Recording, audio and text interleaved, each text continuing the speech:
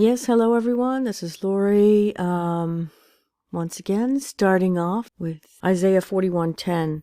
So do not fear, for I am with you. Do not be dismayed, for I am your God. I will strengthen you and help you. I will uphold you with my righteous right hand. So we're going to be looking at this material about demons, but don't worry because God has your back. Have no fellowship with the fruitless deeds of darkness, but rather expose them. So I'm going to be showing you something that is so freaky. This is from Miss Potter, the story of Beatrix Potter. My lovely friend sent it to me, and it's a delightful family film. I bought Beatrix Potter's books for my daughter, and it's a great story about an artist and one of those little side films that's not a blockbuster, but it's very delightful, the story itself. But of course, it's made in Hollywood with these, I'm not sure what they are, but they're not human.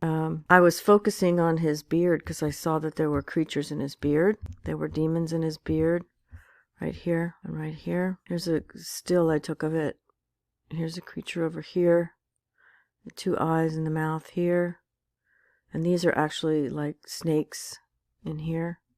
And here's a face back here, like a hedgehog. So that wasn't what freaked me out. I did a close-up on his mouth, which is creepy enough because there's all kinds of stuff that appears in his mouth. Like that right there. You see the two eyes, the cone eyes in his mouth. And then here's a creature coming out of his mouth at the top. Here's a creature over here, a face there. I was closing in on his mouth, and all of a sudden he shifted, and the camera closed in on this. His beard, his sideburns. And look at the face. Watch the face. Do you see this? Here's the eyes, the nose, the mouth. You'll see it morph. The demons in the atmosphere of his hair.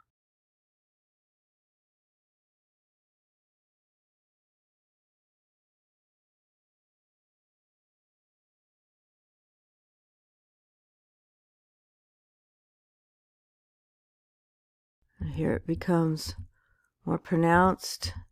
Here it's changing to a different face. It's got a snout, like a pig snout. I'm going sort of back and forth here.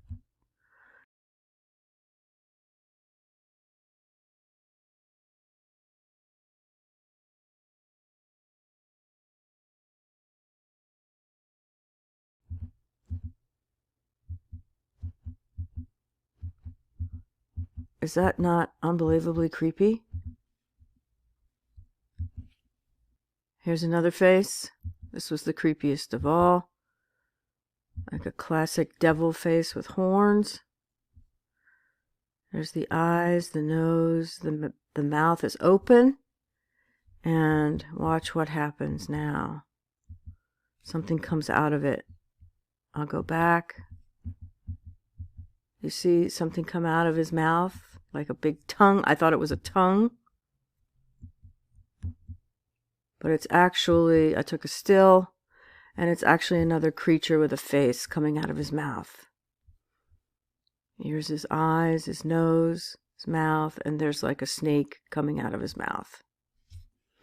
Here's the sad man. He looks like he's wailing.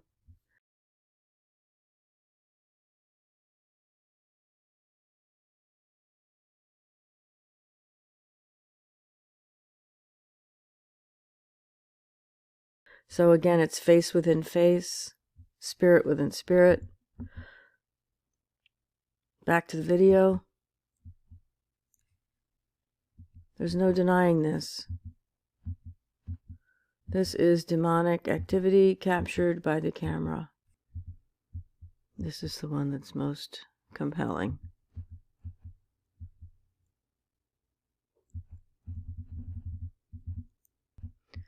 And then this is the other shoulder, the other creature.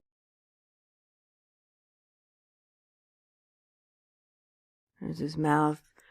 Watch this. He's got two cone eyes here. This is the shapeshifter Renee Zellweger in this movie. She stars. It stars in this movie. But you can see that Renee Zellweger has a male form. This is the real form that they created to power by these demons. And I'm going to talk about the flesh. The flesh is, I've been doing a lot of thinking about the flesh and our meat suits that we have on. The flesh is our enemy, and it's Satan's playground. It's his favorite playground. So we all have attachments to us because of sin and nanoparticles and the fact that our enemy loves the flesh. The flesh is weak, which is why I've come back to Jesus, because I've been disconnected. They don't operate in me anymore. That's done. But these people have developed it over a lifetime, and they're completely saturated, in my opinion. And, as the Bible talks about the wheat and the tares, these are definitely the tares that look like humans. These are the weeds that look like humans, but God said don't pluck them up until the end. So I'm not quite sure if these transgendered cyborg demon-operated machines are have souls. So watch this really freaky part where her hands morph into a snake and then into a face.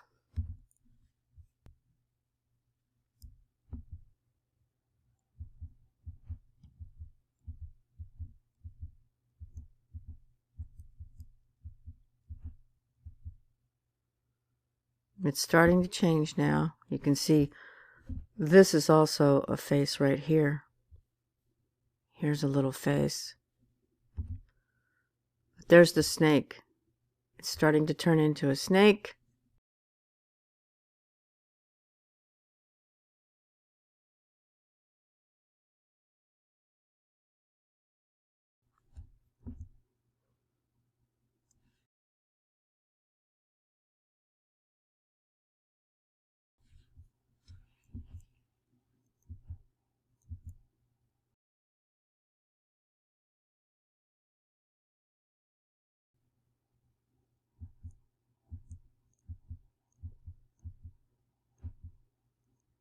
And there's the hand. It turns into a face. There's also a snake head coming out of the throat there. There's the close-up of the creature coming out of the neck. And all throughout, the fingers morph and are abnormally long and spindly. Now watch this. More hand morphing.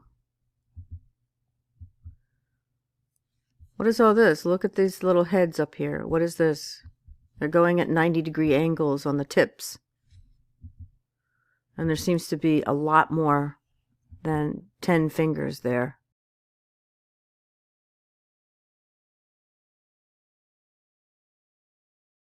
Darkness. It's always in the darkness. So I took a still and exposed it to the light, and you can see these are all snakes coming up here. This is some kind of face, weird claw face. Back to the movie.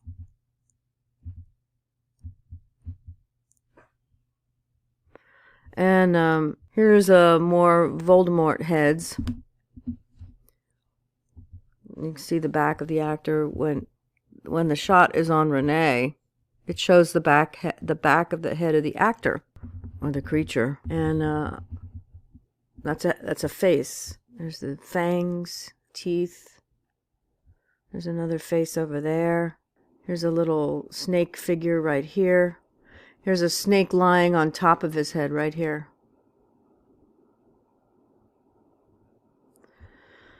Oh, folks, the flesh is weak. This is their playground. This is their playground. And with people who are demonically possessed and doing evil, which I'm sure that all of the people in Hollywood are, they're just completely taken over and operated by these things. Just like the Scientologists say, they teach them how to manipulate these creatures that inhabit their bodies. They teach them how to manipulate the demons. There's another one. This is the Biden Borg sleeve creatures. I found it in this man who's pretending to be an old woman in this movie. Here it comes out this side. You can see the little pointed snake head. Here it is popping out that way.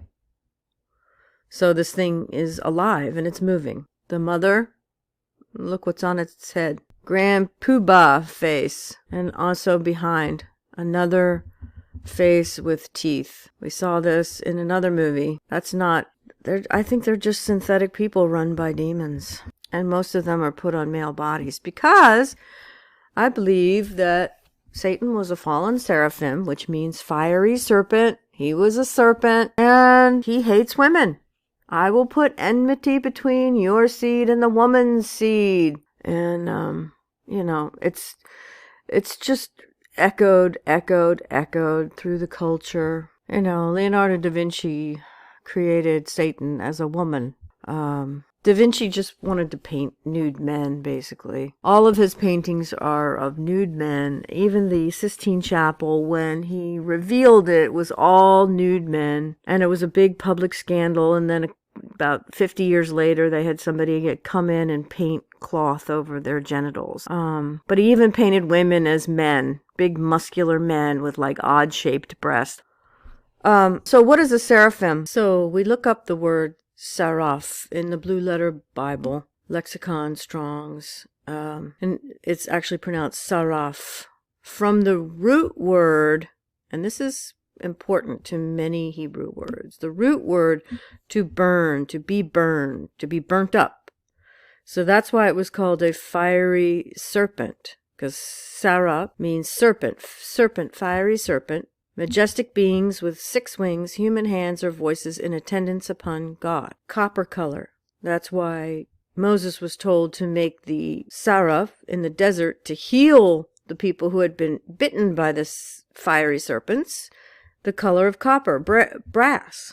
Now here's the Jacenius Hebrew Chaldee lexicon. This is the final word on these things. If you go into this paragraph, species of venomous serpents, a flying dragon. So it's possible that they actually look like flying dragons, as in prehistoric times. Because I just read the description of flying serpents in the desert is not unique to the 8th century prophet Isaiah. An account of the campaign against Egypt conducted by the 7th century BCE Assyrian king Esarhaddon mentions snakes with deadly breath and yellow flying serpents. Likewise, the Greek historian Herodotus, writing in the 5th century BCE, writes of the flying serpents that inhabited the Arabian desert and apparently frequently attacked Egypt. So Isaiah 6:2 says that they are with 6 wings. This was the closest image I could find of. And they were the counsel of God. They have 6 wings, 2 to fly with, 2 cover their face, and 2 cover their feet, or some scholars say genitals. So they fly around and they have these, this is depicted with a fiery sword, because in the Garden of Eden, the seraphim had a fiery sword. And fire is meant to purify. Fire is symbolic of purifying. That's why when Isaiah said that his lips were touched with coal, it's because it was burned to purify his words and his mouth. So, after looking at all these pictures and even my own eyes, I can see why we constantly need to purify. I used to hate that thought that we were all filthy as rags, but if we all have attachments from Satan, who loves the flesh, then we are filthy as rags, and we do need to be purified. The good news is that, spiritually, we are clean when we come back to God. And I think that I was reading Daniel, and nothing has changed since the days of Nebuchadnezzar, since Babylon. People have turned away from God, people have followed money, people have followed their desires, including me. I was in the pig pen myself, and but my spirit is washed clean with Jesus' sacrifice. His death washes me clean. But my body is still flesh and my enemy, and I still have to fight my body. And I'll tell you, when I fast, I'm looking at the clock. I'm looking at the clock every half hour. Oh, I only have another hour and a half. Oh, I only have another hour. And when I get to the point where I don't look at the clock, I think I will have, taken a little bit more control of my flesh. So I feel like it's important for me to see these demons in action, because it lets me know that they're real. I was foolish enough to think that they weren't.